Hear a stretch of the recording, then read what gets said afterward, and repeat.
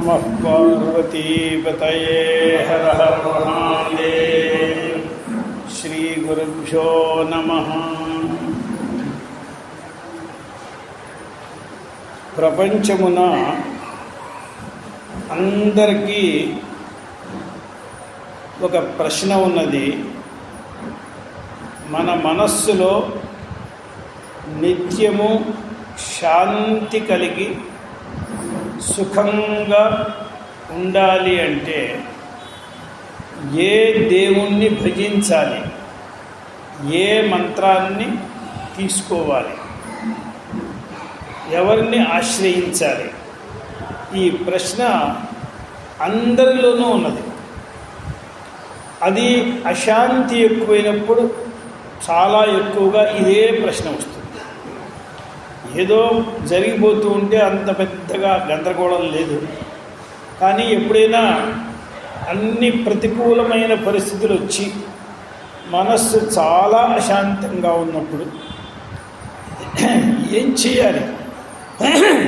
మన దగ్గర గాయత్రి మంత్రం ఉన్నది, శ్రీరుద్రం ఉన్నది, పురుష సూక్తం ఉన్నది, ఇంకా ఏవో గణపతి మంత్రం తీసుకున్నాం, రామ మంత్రం తీసుకున్నాం, ఇంకా ఏవో ఎన్నో మంత్రాలు వచ్చు. కానీ శాంతి రావట్లేదే. అందువల్ల ఈ ఉన్న వాటి కంటే ఇంకోటి ఏదో వస్తే శాంతి వస్తుంది, ఈ మంత్రం కంటే ఇంకో మంత్రం ఏదో ఉంటే శాంతి వస్తుంది, అథవా ఇంకొకటి దగ్గరికి వెళ్తే వస్తుంది అని ఏదో ఫలాన్ని చూసి ప్రయత్నం చేసేప్పుడు మార్చి చేసుకోవాలి చేసేది. దీనికి అన్నిటికీ శ్రీకృష్ణ భగవంతుడు గీతాచార్యుడు గీతల్లో మనకు ఉపదేశం చేశాడు.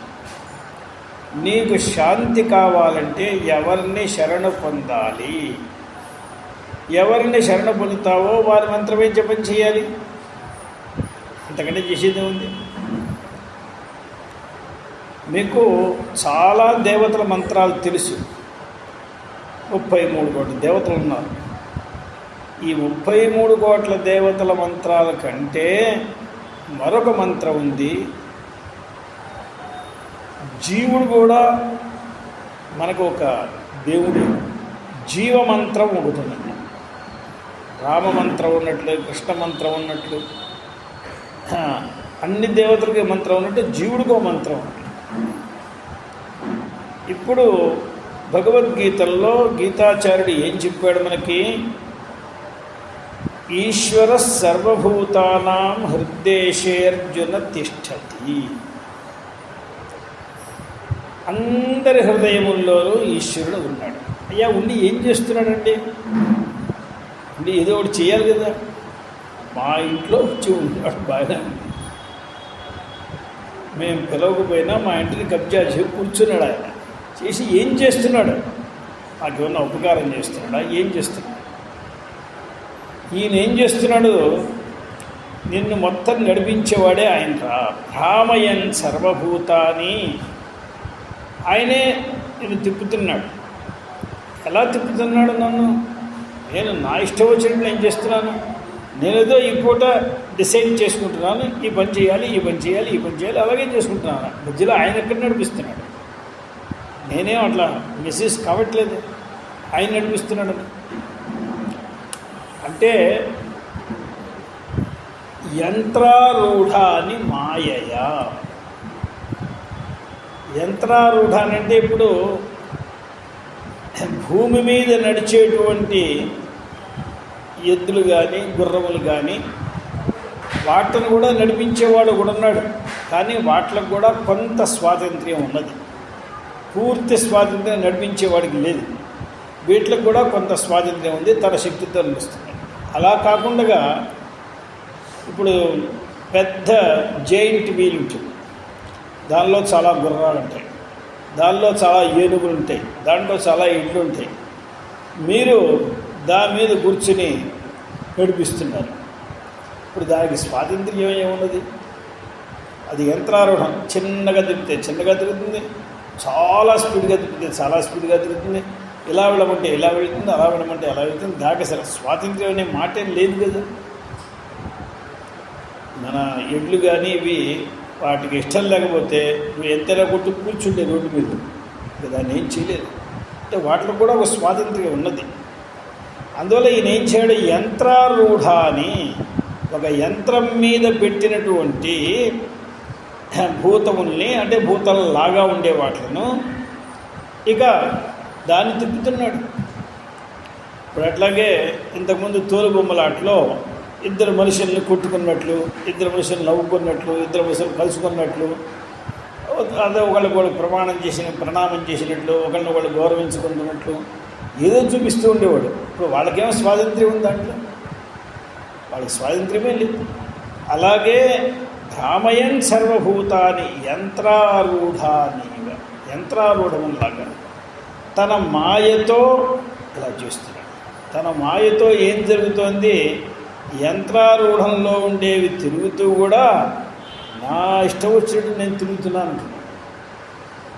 ఎక్కడైనా ఒక చోట అడ్డు వస్తే ఇదిగో ఈయన ఎదురొచ్చాడండి, ఇదిగోండి ఈయన తుమ్మాడు, ఈయన దగ్గాడు, గవర్నమెంట్ మీద పడేసేస్తాడు.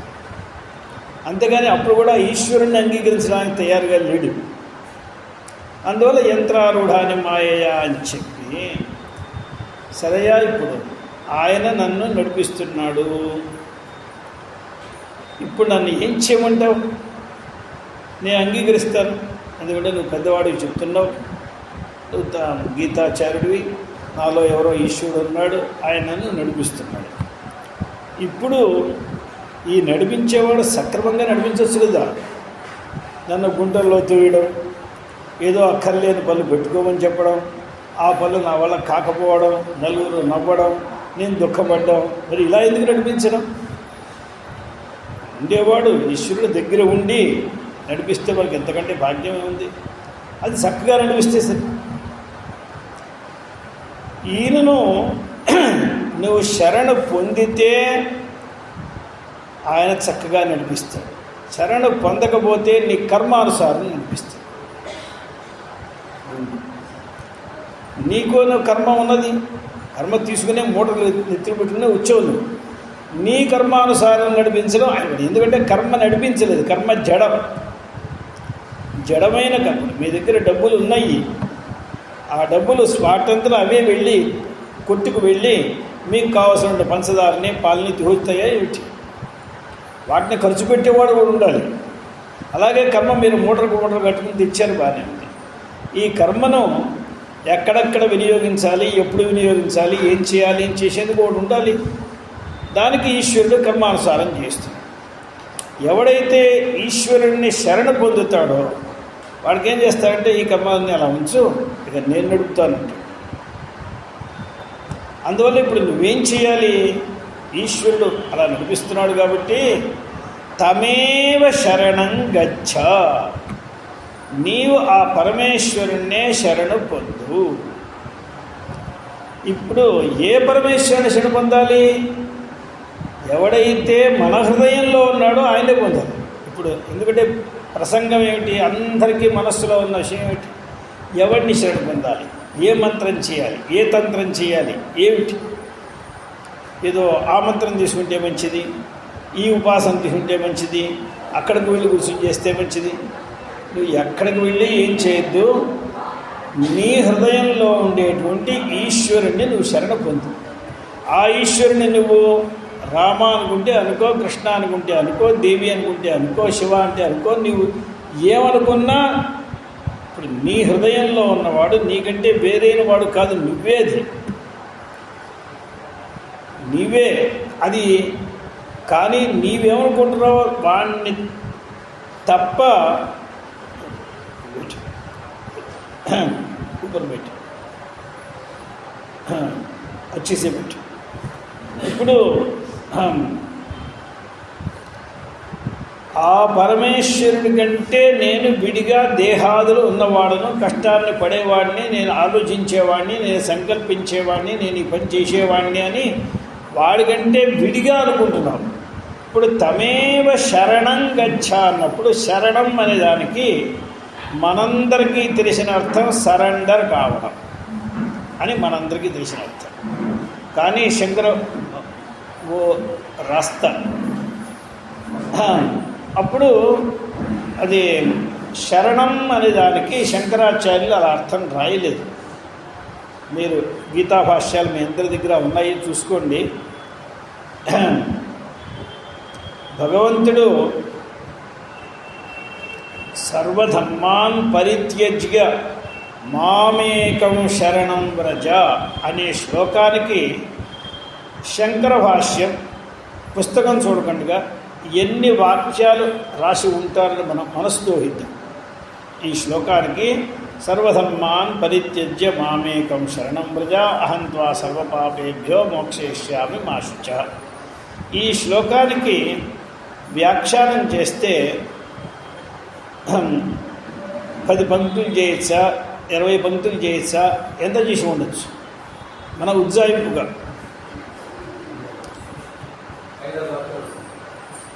కానీ మీరు చూడండి 50-60 వాక్యాల్లో కూడా పూర్తి కాలేదు. 50-60 వాక్యాల్లో పూర్తి కాలేదు. ఎందుకంటే ఆయన ఇంత చెప్పి ఉత్తమాధికారి అయిన వాడు తెలుసుకుంటాడు అని రాశాడు. మనకు రాయాలంటే ఇంకా పెద్దది కావాలి. అది ఆ శ్లోకానికి అంత కష్టమైన అర్థం ఉంటుంది. పరిత్యజ్య అనే దాన్ని విడిచి అని అర్థం కాదు. ఇవన్నీ అక్కడ రాశారు. అక్కడ శరణం అనేది ఇప్పుడు ప్రకృతంలో నాకు ఇంతవరకే విషయం. శరణం అనే దానికి అర్థం ఏంటంటే, శరణం అనే దానికి కోశంలో, అమరకోశంలో వీటిలలో అర్థమే ఇచ్చారంటే గృహం, ఉండే చోటు అని ఒక అర్థం. 2 రక్షకుడు అని ఒక అర్థం. మనకి రక్షకుడుగా ఉండేవాడిని శరణం అని అంటారు, అథవా మనం ఉండే చోటుని శరణం అంటారు. శరణం గృహ రక్షిత్రో అని కోశం, అమరకోశం. ఇప్పుడు ఈయన ఏ అర్థాన్ని తీసుకుని రాశారు? మామేకం శరణం వ్రజ అంటే, శరణం అంటే నీవు నీ స్వరూపంగా నీ చోటుగా నన్ను తెలుసుకో. మాం శరణం అంటే పరమాత్మైనటువంటి పరంబ్రహ్మను, పరంబ్రహ్మే నా స్వరూపము. ఆ పరంబ్రహ్మ ఎటువంటి వాడు? వేరు మరొకరికంటే విడైన వాడు కాదు. మాం ఏకం అంటే అద్వితీయం, దేనికంటే కూడా భిన్నము కానటువంటి, అంటే సమస్త స్వరూపమైనటువంటి సర్వాత్మగుడైనటువంటి పరమాత్మే నా స్వరూపము. వ్రజ, వ్రజ అంటే తెలుసుకో. మామేకం శరణం వ్రజ, వ్రజ అంటే ఇది తెలుసుకో. సర్వాత్మకుడైనటువంటి పరమాత్మునే నేను అని తెలుసుకో, అప్పుడు మోక్షయిష్యామి. ఏదో నేను ఇంట్లో వచ్చి ఓ 10 నిమిషాలు వచ్చి నీ కాసేపు దగ్గర కూర్చుని ఊదుగుత్తి వెలిగించి వెళ్ళిపోతానంటే మోక్షయిష్యామి కాదు. ఇది అక్కడ ఆ మొత్తం చాలా పంక్తులు ఉన్నాయి, 100 పంక్తుల పైన ఉన్నాయి. దానిలో రాసిన సారాంశం ఇది. అంటే ఇప్పుడు తమేవ శరణం గచ్చ, వ్రజ అన్న గచ్చ అన్న రెండింటికి ఒకే అర్థం, 2 అర్థాలు ఏం లేవు. వ్రజ గతౌ, గమ్లు గతౌ, 2 గత్యర్థక హాతులే. దానికి తెలుసుకో అనే అర్థం, దీనికి తెలుసుకో అనే అర్థం. తమేవ శరణం గచ్చ అంటే తం, ఇక్కడేమో మాం అన్నాడు, మామేకం అన్నాడు, అక్కడ తమ్ అన్నాడు. ఆ పరమాత్మనే, ఆయనే ఈయన కదా ఉపదేశం చేసేది. ఆయన మామన్నా ఆయనే, తమ్మన్నా కూడా ఆయనే. అందువల్ల ఆ పరమాత్మను, ఏ పరమాత్మ హృద్దేశంలో ఉన్నాడో, హృదయ దేశంలో ఉన్నాడో ఆ పరమాత్మనే నేను అని నువ్వు గుర్తించరా. తమేవ శరణం గచ్చ. అది ఎలా గుర్తించాలి?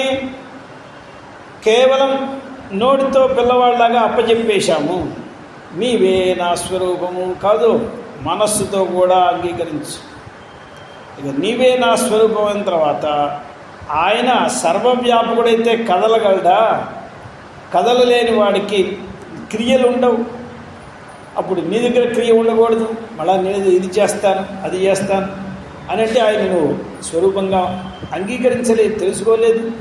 అందువల్ల సర్వభావేన భారత తమేవ శరణం గచ్చ సర్వభావేన భారత తత్ప్రసాదాత్. ప్రసాదం అనే శబ్దానికి మనం ఏమనుకుంటాం, ఆయన అనుగ్రహం అని మనకు వచ్చినటువంటి భాష. అది కాదు, మనకి అమరకోశం రాకపోవడమే మన దౌర్భాగ్యం. మనకి అమరకోశం ఒక్కటి వచ్చినట్లయితే మనం ఎంతవరకో బాగుపడి ఉండేవాళ్ళం. అమరకోశంలో ఏమన్నాడు, ప్రసాదస్తు ప్రసన్నత, ప్రసన్నమైన హృదయం కలిగి ఉండడానికి ప్రసాదం అని పేరు. భగవంతుణ్ణి ఎప్పుడైతే మన స్వస్వరూపంగా తెలుసుకున్నామో అప్పుడు మనకి అలజడి ఎక్కడి నుంచి వస్తుందండి? అప్పుడు మన మనస్సు ప్రసన్నమవుతుంది. దాన్నే ప్రసాదం. తత్ప్రసాదాత్ అంటే నీ స్వస్వరూపమైనటువంటి ఈశ్వర అనుగ్రహమైన దాంతో నీకు అలజడి ఏమీ లేకపోవడం వలన అని అర్థం. అంతేగాని ఆయన ఏదో నన్ను అనుగ్రహించేశాడు, ఆయన అనుగ్రహంతో నాకు ఇట్లా అయిపోయింది, ఇవన్నీ కాదు. ఎవరిని ఎవరు అనుగ్రహిస్తారు? రెండు వస్తువులు ఉన్నాయా ఇక్కడ? ఏకమేవాద్వితీయం అనే సిద్ధాంతం ఉంటే ఆయన నన్ను అనుగ్రహించారు, నేను ఏదో వారిని చూశాను, వారిని ఎత్తిమించే పెట్టారు, నేను వారి కాళ్ళు పలుచుకున్నాను, ఇవన్నీ మాటలన్నీ అది వేరే విషయాలు. ఏవో శ్రద్ధ భక్తులకు ఉండడానికి వేరే విషయాలు, కానీ పరమార్థికంగా ఇవన్నీ లేవు. అందువల్ల తత్ప్రసాదాత్ నీ వల్ల ఏం జరుగుతుందండి? పరాశాంతిం. ఇప్పుడు నువ్వు దేనికోసం నువ్వు పాపులాడేది? ఇక ఇంతకు మించి శాంతి ప్రపంచంలో ఎక్కడా ఉండదు. ఎప్పుడైతే అద్వితీయమైన పరమాత్మను నీ స్వస్వరూపంగా తెలుసుకున్నావో అప్పుడు పరాం శాంతిం స్థానం ప్రాప్స్యసి శాశ్వతం. ఇక ఆయన్ని పరమాత్మను నేను అని గుర్తించిన వాడికి మళ్ళా పతనం లేదు. అంటే ఆ స్థానం అలా నిశ్చయంగా ఉండిపోతుంది. ఏదో ఇవాళ పీటల మీద కూర్చోబెట్టడం, రేపటి నుంచి ఏమయ్యా రోజు పీటల మీద కూర్చుంటావా, కాస్త పీటలు తీసుకురా, కాస్త కడుక్కురా. అత్తగారింటికి ఎవడో వెళ్ళి ఏదో ఒకరోజు సర్వ సౌకర్యాలతో సర్వ మర్యాదలతో భోజనం చేశాడు. ఇలాగే 4 రోజులు పెడతాడు అనుకున్నాడు. శ్వశనగృహనివాస స్వర్గతుల్యో నరాణా అని మొట్టమొదటి రోజున అన్నాడు. 4వ రోజు అన్నాడు 1-2 రోజులకి అయితే అన్నాడు. 3వ రోజు ఏం చేస్తాడంటే అత్తగారు పోయా కాస్త ఈ కూరలకు చెక్కు తీయి నేను తొలుగుతానంటుంది. తర్వాత వెళ్తుంది, కాస్త అంటగిన్నెలు కూడా వెళ్తుంది. అందువలన ఈ స్థానాలన్నీ నిలిచేవి కాదు. ఏదో వివాహంలో 4 రోజులకి, ఇప్పుడు 4 రోజులు కూడా పోయింది, 4 క్షణాలకు వచ్చేసింది, అంతవరకే ఆ మర్యాద. దాని తర్వాత మర్యాద ఉండదు.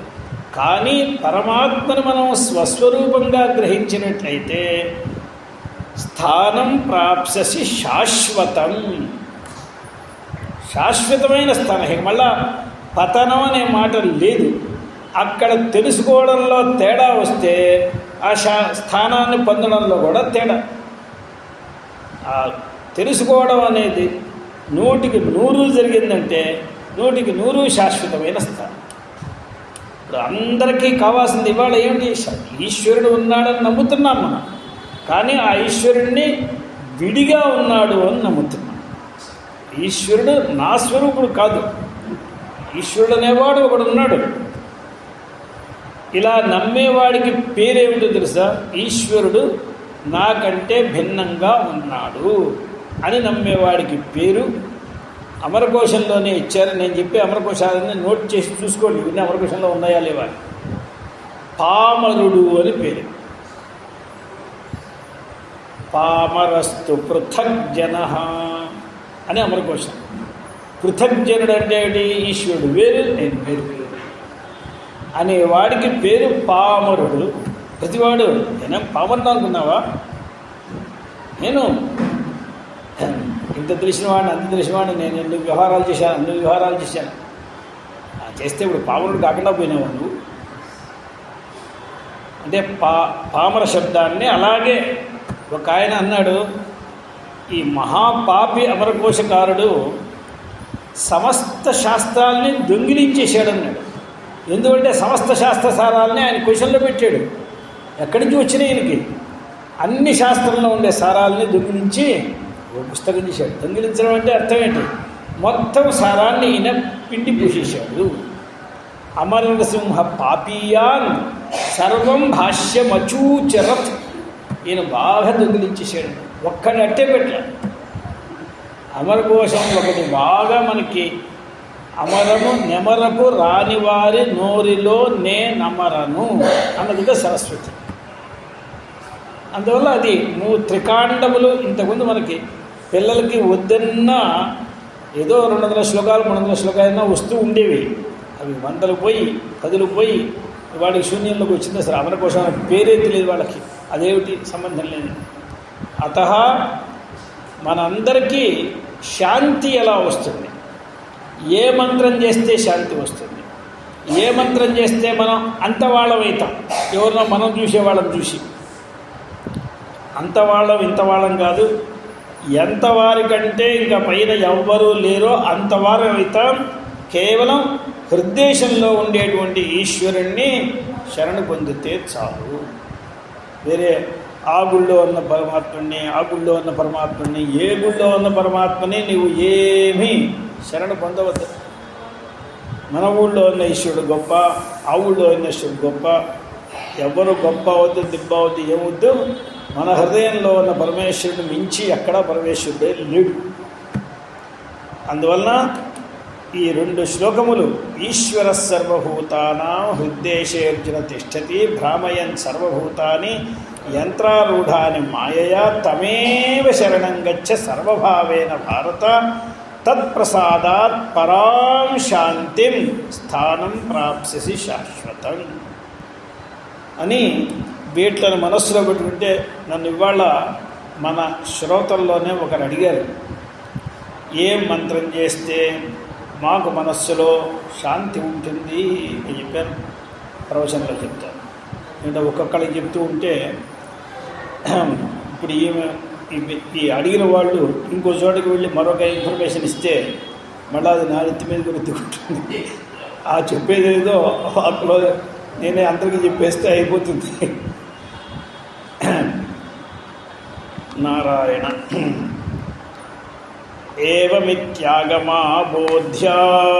ఇప్పుడు మనకి ఈ నామంలో ఉన్నాం. ఏవమితి ఆగమా బోధ్య.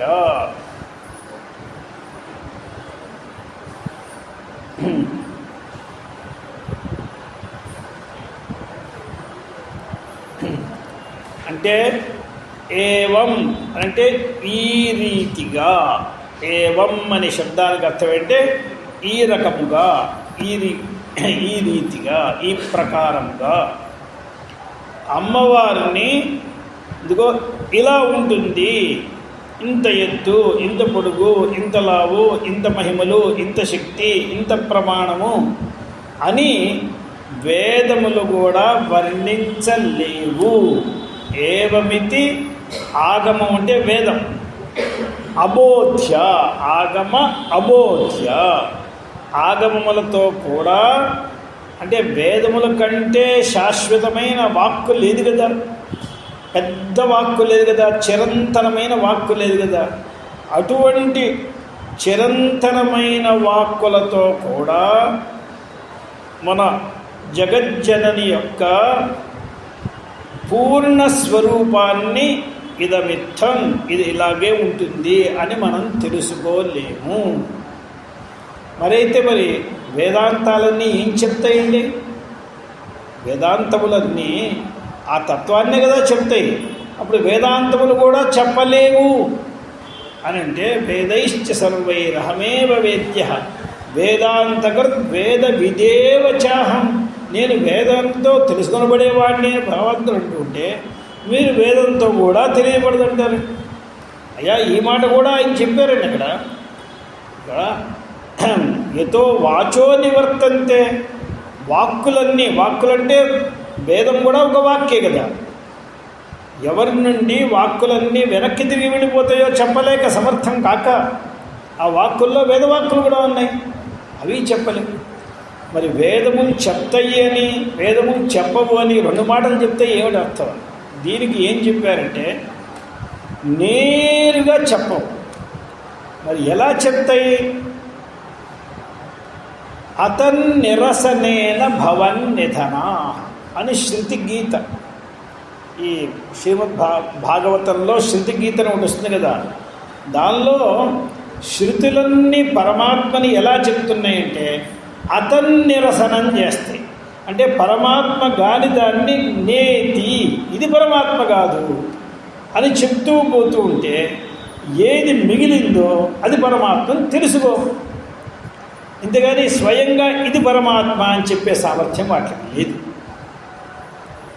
అందువల్ల ఇప్పుడు పరమాత్మని చూపిస్తూనే ఉన్నాయి, నేరుగా చూపించడం లేదు. దీనికి శ్రీమద్ వాల్మీకి రామాయణంలో ఒక విషయం ఉన్నది.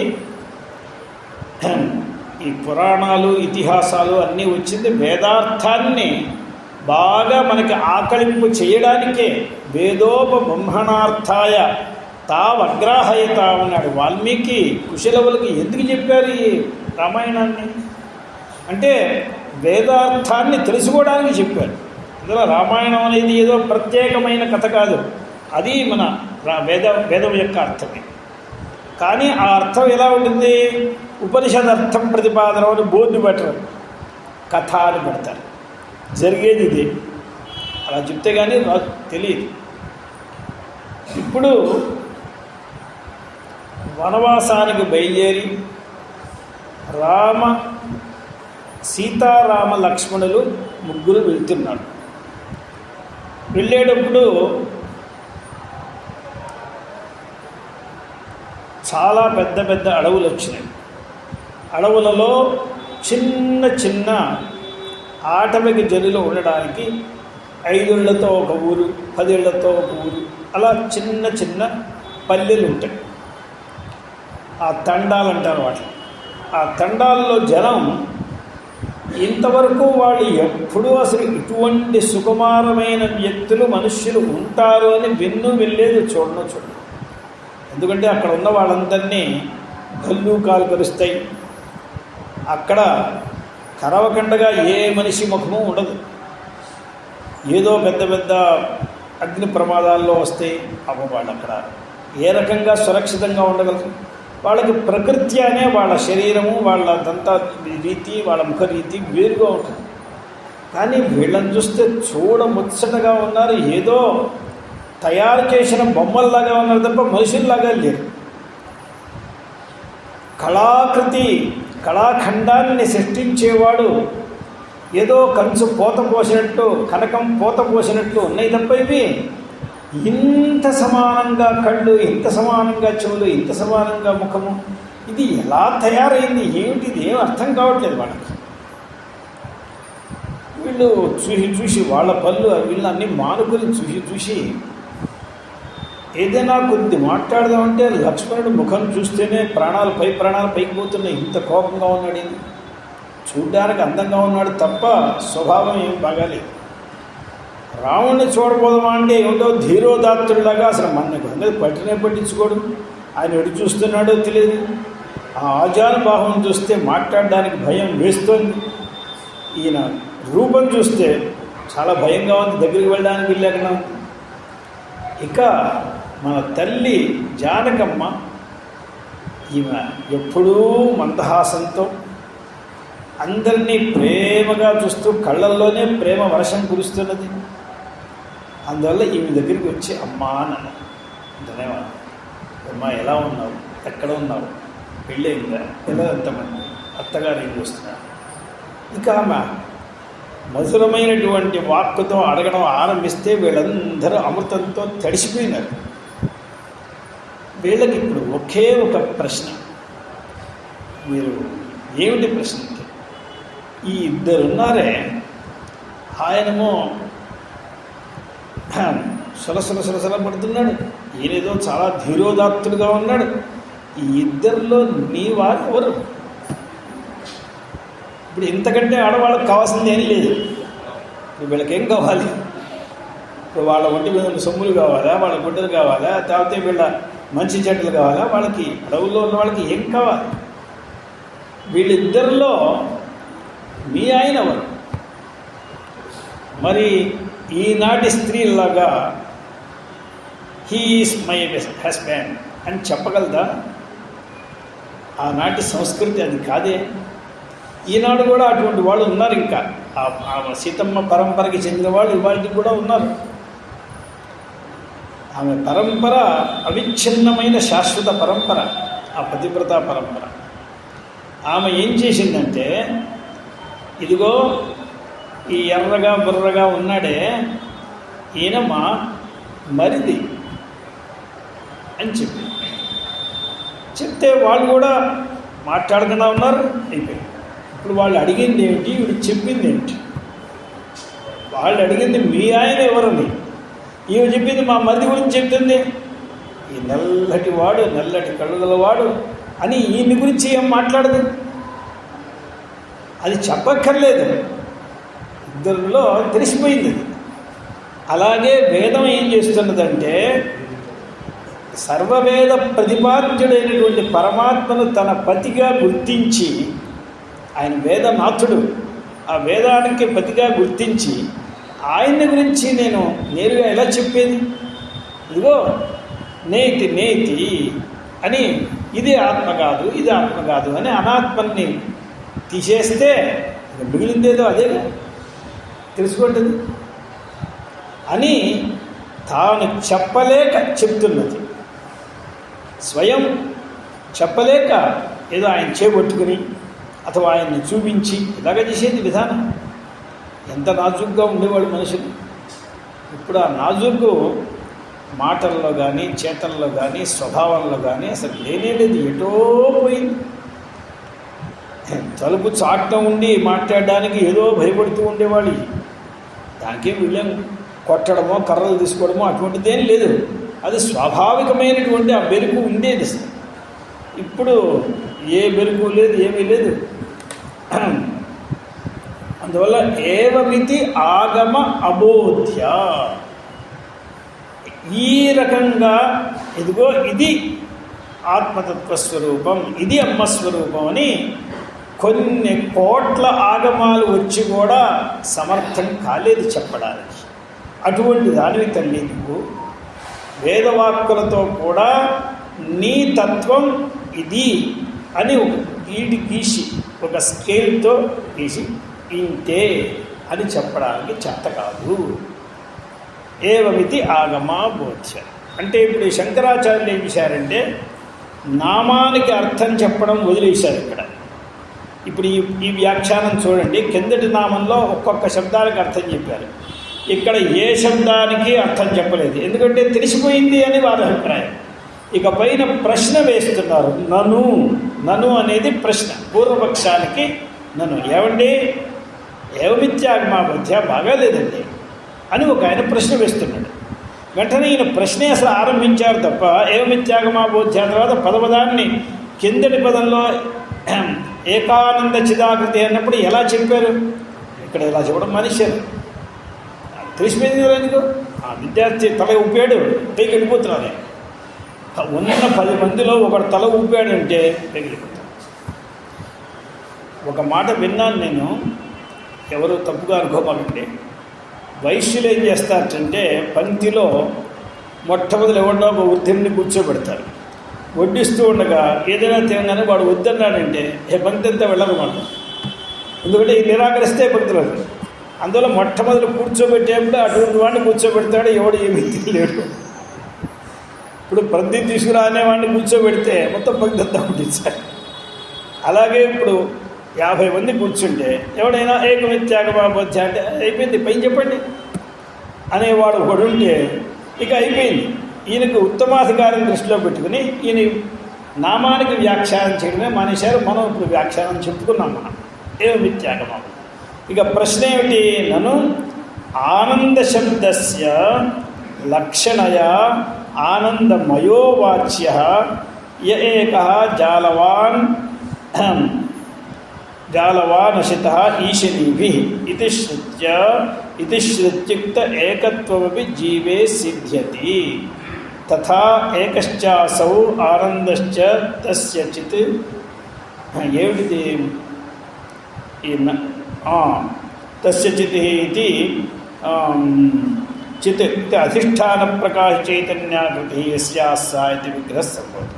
బ్రహ్మపుచ్చం ప్రతిష్ఠా ఇది తత్ప్రకాశ చైతన్యస్య పుచ్చశబ్దేన పరామర్శాలి. ఏవంచ సతి ప్రకాశక నిత్యత్వస్య ప్రకాశ నిత్యత్వ అపేక్షత్వాత్ సత్యం జ్ఞానవంతం బ్రహ్మ ఇత్యాది బ్రహ్మస్వరూప లక్షణ వాక్యేషు వాచ్యార్థ ప్రాధాన్యేన విధిముఖేనైవ బ్రహ్మ ప్రతిపాదనే అతద్వ్యావృత్తి రూప నిషేధముఖేన లక్షణార్థ ప్రాధాన్యేన బ్రహ్మస్వరూప లక్షణా ప్రతిపాదనా యోగేన తత్వమసి వాక్యే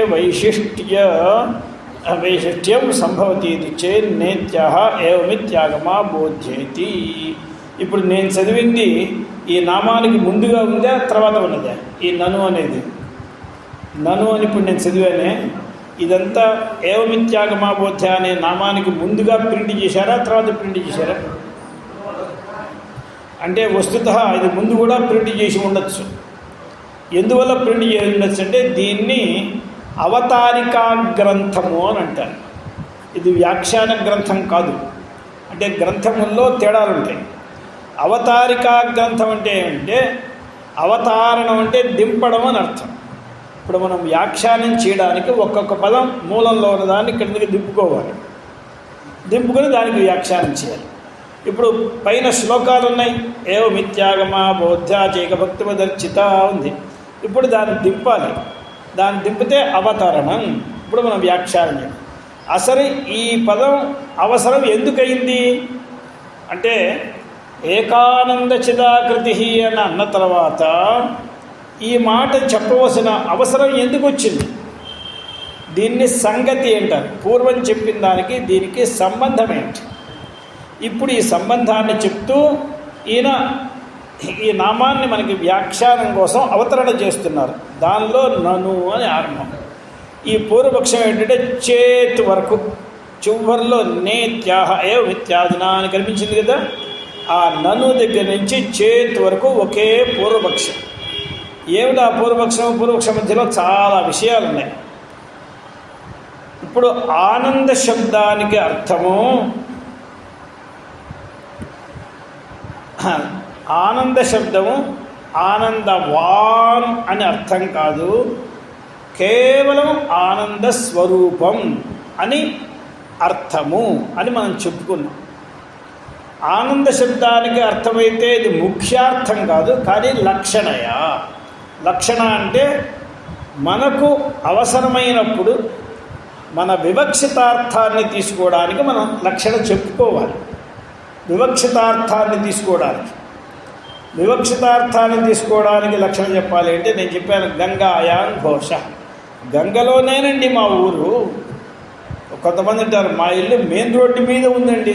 మెయిన్ రోడ్డు మీద ఇల్లు ఉంటుంది అక్కడ, మెయిన్ రోడ్డుకి పక్కన ఉంటుంది. కానీ వీళ్ళంట మెయిన్ రోడ్డు మీద ఉంది. మీ ఇల్లు ఎక్కడుందండి? సెంటర్లో ఉంది. సెంటర్లో ఉంటుందా? అక్కడైనా ఇల్లు. ఇది అసంభవం. అంటే మరి సెంటర్లో అని దానికి మనం కూడా అర్థం చేసుకుంటాం. ఆ సెంటర్కి పక్కనే ఉంటుంది. ఇంతగా అర్థం చేసుకుంటాం కదా. అంటే ఇప్పుడు ఈ సెంటర్ అనే శబ్దానికి ముఖ్యార్థం సెంటర్ అయితే దీనికి లక్ష్యార్థం ప్రక్కన అని, అంటే చాలా పక్కన. ఇది లక్ష్యార్థం అంటారు. అంటే ముఖ్య సంబంధాన్ని తీసుకుంటే లక్ష్యార్థం. అలాగే ఆనందము అనే శబ్దానికి అర్థము ఆనందము కలది అని అర్థం చెప్పవలసి వస్తే అలా కలది అని చెప్పకుండా ఆనంద స్వరూపము అనే విషయాన్ని లక్షణయా మనం చెప్పాం. ఇది లోకల్లో అలా అర్థం ఉండదు.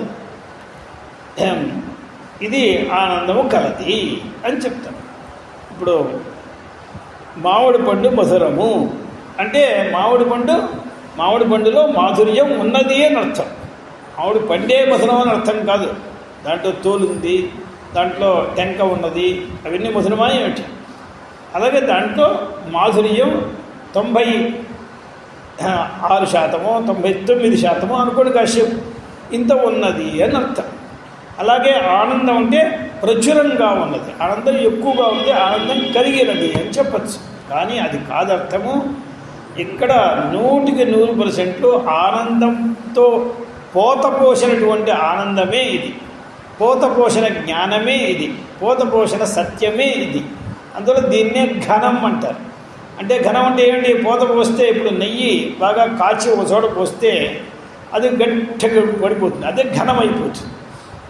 దాంట్లో ఆ నెయ్యి తప్ప ఇంకా ఏమున్నది? దాన్ని మళ్ళా కరిగించినా అథవా మళ్ళా అది పేరుకుపోయినా ఉన్నది ఆజ్యం ఒకటే. అలాగే ఆనందం అది ఒక్కటే ఉన్నది. దాన్ని లక్షణయా అర్థం చెప్పారు.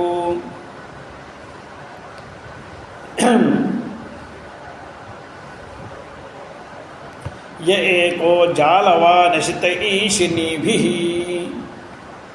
ఇత్యాది శృత్యుక్త ఏకత్వమపి జీవే సిద్ధ్యతి. జీవుడి యందు ఏకత్వం కూడా సిద్ధించింది. ఏకానంద చిదాకృతి అనే కిందటి నామంలో ఆ ముఖ్యానందానికి ముఖ్యానందమే ముఖ్యానంద ప్రకాశాత్మక ఆనంద స్వరూపుడే జీవుడు అని చెప్పడం వల్ల వీరికి ఏకత్వం కూడా సిద్ధించింది. తథా ఏకశ్చాసౌ ఆనందశ్చ అంటే ఒకే ఒక అఖండమైన ఆనందము. తస్య ప్రకాశ ఆనందం ఉంటే సరిపోదు, ఆనంద ప్రకాశం ఉండాలి కదా. తస్య చిత్ అధిష్టాన ప్రకాశక చైతన్యం ఆకృతి యస్యాస ఇది. ఈ రకమైన విగ్రహం అంటే ఏమిటి? సమాస వాక్యానికి అర్థాన్ని తెలుపుడి చేసే వాక్యాన్ని విగ్రహం అని అంటారు. విగ్రహాలంటే అమ్మవారి విగ్రహాలు అయ్యే విగ్రహాలు కాదు. విగ్రహం అనే శబ్దానికి అర్థం ఏంటంటే సమాసంలో మనం ఏ రకమైన సమాసం మనం చెప్తున్నాము అని ఆ సమాసార్థాన్ని విడదీసి చెప్పే వాక్యం ఒకటి ఉంటుంది. ఆ వాక్యానికి విగ్రహ వాక్యం. ఇప్పుడు రామేశ్వర అని ఒక పేరుంది కదండి, మనందరికీ తెలుసు రామేశ్వరుడు. శ్రీరామచంద్రుడు రామచంద్రుడిని శివమూర్తిని ప్రతిష్ఠ చేశారు. ప్రతిష్ఠ చేసిన వెంటనే అక్కడికి వచ్చిన మహర్షులందరూ అయ్యా ఈ శివలింగానికి పేరు ఏదైనా పెట్టండి అనగానే రాముడు రామేశ్వరుడని పేరు, రామనాథుడని పేరు అని పెట్టాడు. పెడితే ఏమిటండి అర్థం? రాముడైన నాకు ఈయన నాథుడు, ఈయన ఈశ్వరుడు అని అనే వెంటనే శివలింగంలోంచి ఈశ్వరుడు వచ్చి తప్పు అలా కాదు, ఎవడికి ఈశ్వరుడు రాముడో ఆ నేను రామేశ్వరుణ్ణి అని ఆయన శివుడు చెప్పడం ఆరంభించాడు. కాదండి నాకు మీరే ఈశ్వరుడు, కాదు నాకు మీరే ఈశ్వరుడు. వీళ్ళిద్దరు కొట్టుకుంటుంటే ఋషులు అన్నారు, అయ్యా మీ ఇద్దరి భావం మాకు అర్థమైంది చాలు, రాముడైనటువంటి ఈశ్వరుడు అని అందాం. రాముడు వేరు ఈశ్వరుడు వేరు కాదు అంటే ఇప్పుడు ఇక్కడ 3 రకాల సమాసాలు వచ్చినాయి. రాముడైన నాకు ఈశ్వరుడు అని అంటే షష్ఠీ తత్పురుష సమాసం అంటారు దాన్ని. అలా కాదండి రాముడు ఈశ్వరుడు ఎవరికో అంటే దాన్ని బహువ్రీహి సమాసం అంటారు. రాముడైనటువంటి ఈశ్వరుడు అంటే కర్మధారయ సమాసం అంటారు. ఈ సమాస భేదముల్ని తెలుపడి చేయడానికి ఏ వాక్యం వస్తుందో ఆ వాక్యానికి విగ్రహ వాక్యం అని పేరు. రామస్య ఈశ్వర రామేశ్వర, రామ ఈశ్వర యస్య సహ రామేశ్వర, రామశ్చాసౌ ఈశ్వరశ్చ రామేశ్వర. ఈ వాక్యాలన్నిటికీ విగ్రహవాక్యం అని పేరు. ఇవన్నీ కూడా మనకి బాగా చిన్నప్పుడు స్కూళ్ళల్లో కూడా చెప్పేవాళ్ళు. విగ్రహవాక్యాలు సమాసాలు ఇవన్నీ చెప్పేవాళ్ళు. ఇప్పుడు మాసాలన్నీ పోయి మోసాలు వచ్చినాయి, ఇప్పుడు అవన్నీ పోయినాయి. అందువల్ల ఇటు యస్యాస్స ఇది విగ్రహ సంభవతి. విగ్రహం ఏ రకంగా చేసుకున్నట్లయితే ఈ విషయం తెలిసిపోయింది కదా. దీనికి తోడుగా ఈ విగ్రహవాక్యానికి తోడుగా బ్రహ్మపుచ్చం ప్రతిష్ఠ ఇది తత్ప్రకాశక చైతన్యస్య పుచ్చశబ్దేన పరామర్శాత్. ఆనందమయ కోశంలో బ్రహ్మపుచ్చం అని ఒక వాక్యం ఉంది. పుచ్చం అనే శబ్దానికి అర్థం ఏంటంటే ఆధారం. ఎందుకంటే పక్షి తన నేల మీద నుంచి ఒక్కసారి బలవంతంతో పైకి లేవాలి అంటే ఆ పుచ్ఛాన్ని సాధనంగా చేసుకుని దాన్ని పైకి ఎత్తితే దానికి బలం వస్తుంది. బలం వస్తే అక్కడి నుంచి ఎగురుతుంది అది, లేకపోతే ఎగరలేదు. దాని పుచ్చాన్ని కాస్త కట్ చేసామనుకోండి ఏం చేస్తుంది? అందువల్ల మన వాళ్ళు అంటారు వీడి తోక కట్ అయిపోయింది, వీడి తోక కత్తిరించారంటే. అంటే ఏం అర్థం? ఇంకా ఏవో ఆడలేడు. అంటే వాడు ఎందుకు బయలుదేరాడు? పక్షంలో 1-2 ఎలా కూడా కింద పడ్డా కూడా చేసుకుంటాడు, కానీ ఆ తోక లేకపోతే పైకి ఎగరలేదు.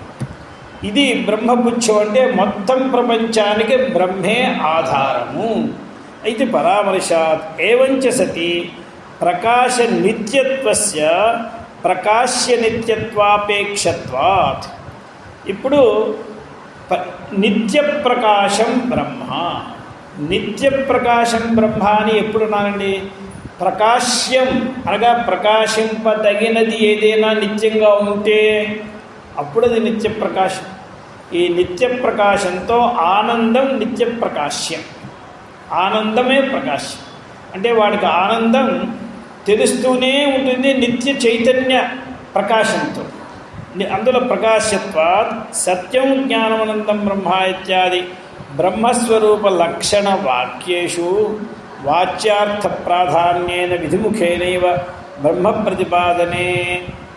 ఈ రకంగా బ్రహ్మను ప్రతిపాదన చేయడం వలన బ్రహ్మ అతద్వ్యావృత్తి రూప నిషేధముఖేన.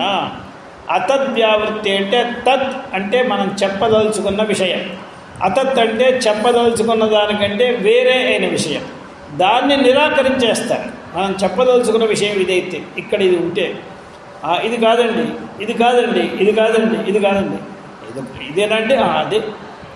అందువల్ల దీన్ని చెప్పడానికి వీలు లేకపోతే ఇవన్నీ తీసేస్తాం.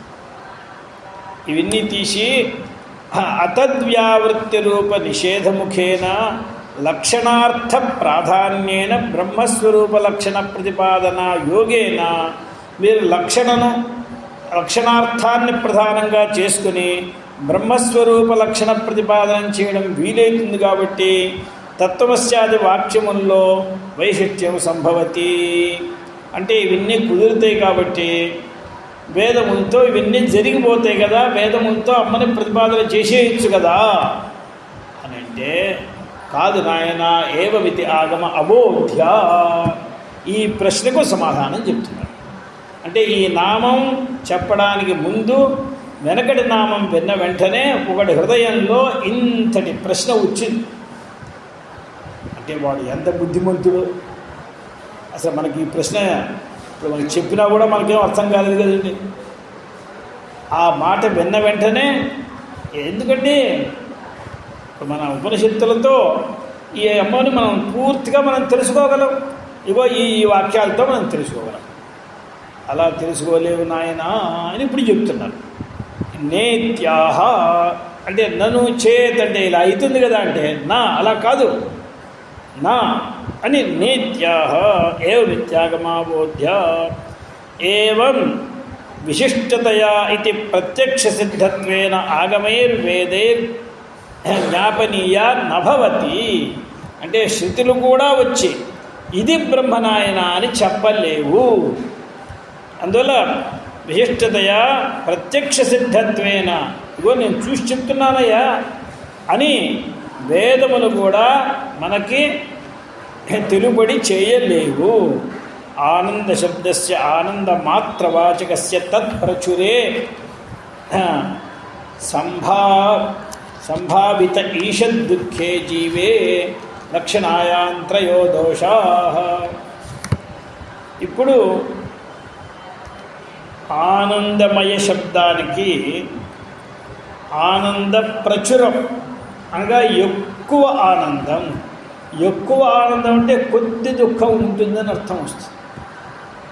ఈయన చాలా మంచివారండి. అంటే 100% మంచివాళ్ళు అంటే అలా కాదండి. ఉన్న వాళ్ళలో చాలా అంటే కొన్ని దోషాలు కూడా ఉన్నాయి. అలాగే ఆనందం చాలా ఎక్కువగా ఉన్నది అంటే కొంచెం దుఃఖం ఉన్నది. అందువల్ల ఈషద్దుఃఖే జీవే లక్షణాయాన్ త్రయోదశ. ఆనంద శబ్దంతో జీవుణ్ణి చెప్తున్నట్లయితే అక్కడ లక్షణార్థం చెప్పినట్లయితే 3 దోషాలు వస్తాయి. ఏమిటిది? పారమార్థిక భిన్నసత్తాక వస్త్వంతరాభావేన తత్వ పదవాచ్యార్థనిష్ట విశేషణద్వయస్య అన్యోన్య విరోధమత్తయా తమః ప్రకాశవత్ వైశిష్ట్య అయోగే అఖండార్థో వాక్యార్థః సంపద్యతే.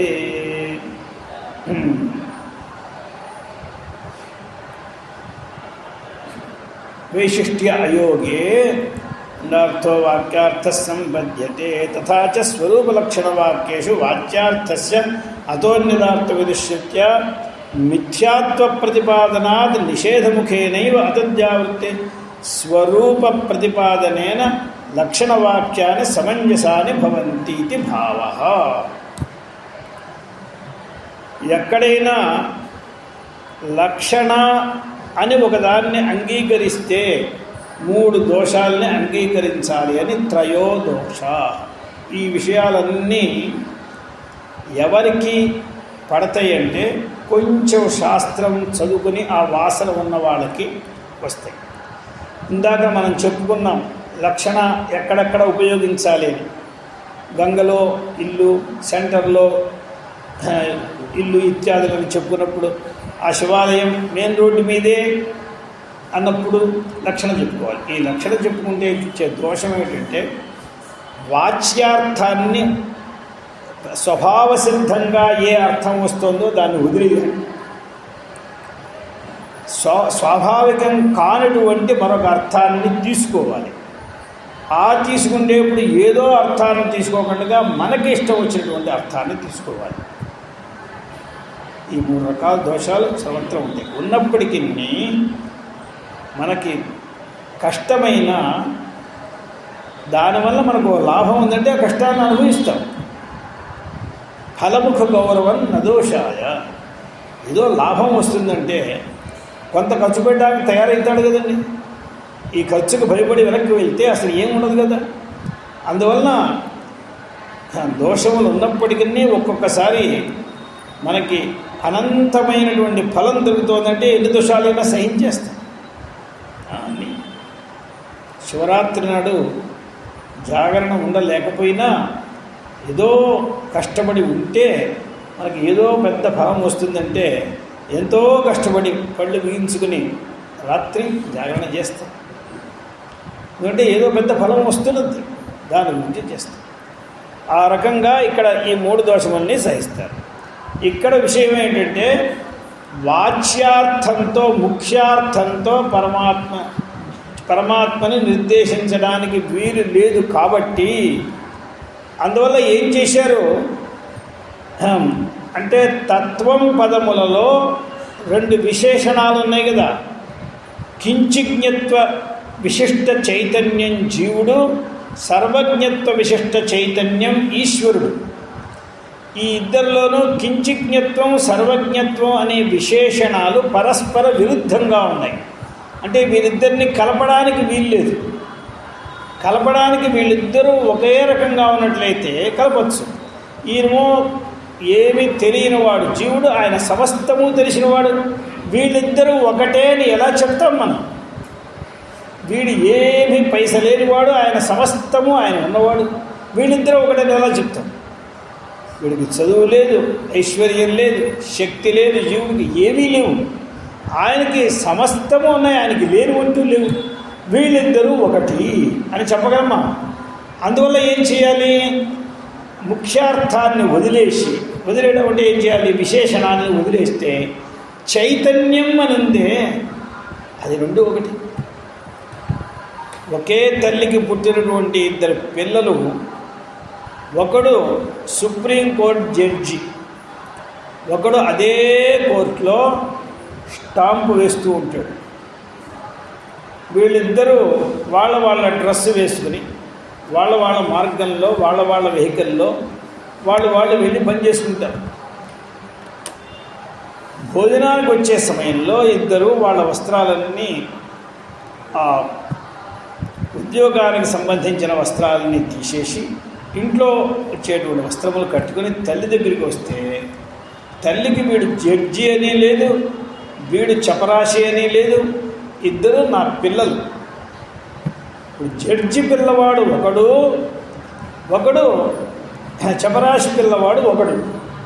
ఇప్పుడు ఈ చపరాశి జడ్జి అనే విశేషణాన్ని వదిలేశానుకోండి, పిల్లవాడు అందులో వీళ్ళిద్దరిని కూర్చోబెట్టి వాళ్ళారా సరిగ్గా తినట్లేదు, మీరు సరిగ్గా తినండి, కలుపుకోండి అని ఇద్దరిని ఎదవల్లారా. జడ్జి ఇంటికి వెళ్తే తల్లి ముందర ఎదవే ఎందుకు బతిరాడు, అక్కడ ఏదో ఆ స్థానంలో గొప్ప. ఈమెకి ఎవడు గొప్పవాడంటే ఈవిడ పెట్టినట్టు గుప్పుజప్పటిగా తింటే వాడు మంచివాడు. అలా కనుక లేకపోతే ఏమిట్రా ఇంత చదువుకున్నా ఏం తెలిసింది? అవి తెలియడం అంటే ఇదే తెలియాలి, ఆ తల్లి స్వభావం. ఎలాగైతే అక్కడ విశేషణాన్ని వదిలేశామో అలాగే మనం ఎప్పుడో చూసినటువంటి వాడిని మళ్ళా ఇవాళ చూస్తూ ఉంటే ఆ రోజున ఉన్న వయస్సు ఆయనకి వేరు, ఈ రోజున్న వయస్సు వేరు, ఆ రోజున ఉన్న కంఠముష్టి వేరు, ఈ రోజున ఉన్నటువంటి వృద్ధాప్యంలో ఉన్నటువంటి ఓపిక వేరు. కానీ ఆ విశేషణాలన్నీ తీసేసి ఆ వ్యక్తిని ఈ వ్యక్తిని గ్రహించి ఒకటే మనం చెప్తున్నాం. అలాగే కించిజ్ఞత్వము, అల్పశక్తిత్వము అథవా అల్పధనవత్వం ఇవన్నీ కూడా వదిలేసి ఆయన దగ్గర సర్వజ్ఞత్వం, సర్వశక్తిమత్వం, సర్వైశ్వర్యవత్వం అన్నీ వదిలేసి ఇది చైతన్యమే అది చైతన్యమే అని చూస్తే ఏకమత్వం. అలా సగం వదిలేసి సగం తీసుకుంటే లక్షణ. ఇది ఎలా ఎందుకు తీసుకోవాలి అని వచ్చినప్పుడు అతోన్యదార్థం అని ఒక వచనం ఉన్నది. అంటే పరమాత్మను మించి ఏదైనా ఉన్నా అదంతా కూడా మిథ్యే, అది వాస్తవం కాదు. ఇప్పుడు ఈశ్వరుల్లో ఈశ్వర చైతన్యం అనేది వాస్తవం, కానీ ఈయన ఈశ్వరత్వం, ఈయనలో ఉండే సర్వజ్ఞత్వం అవన్నీ కూడా మిథ్యే. వీడి కించిజ్ఞత్వం, వీడి అల్పశక్తిత్వం, వీడి అల్పధనవత్వం ఇవన్నీ మిథ్యే. అప్పుడు చైతన్యం అనేది సత్యం కాబట్టి చైతన్యాతిరిక్తమైన ఎంత మిథ్యే కాబట్టి అందువల్ల ఇక్కడ ఇతి శ్రుత్యా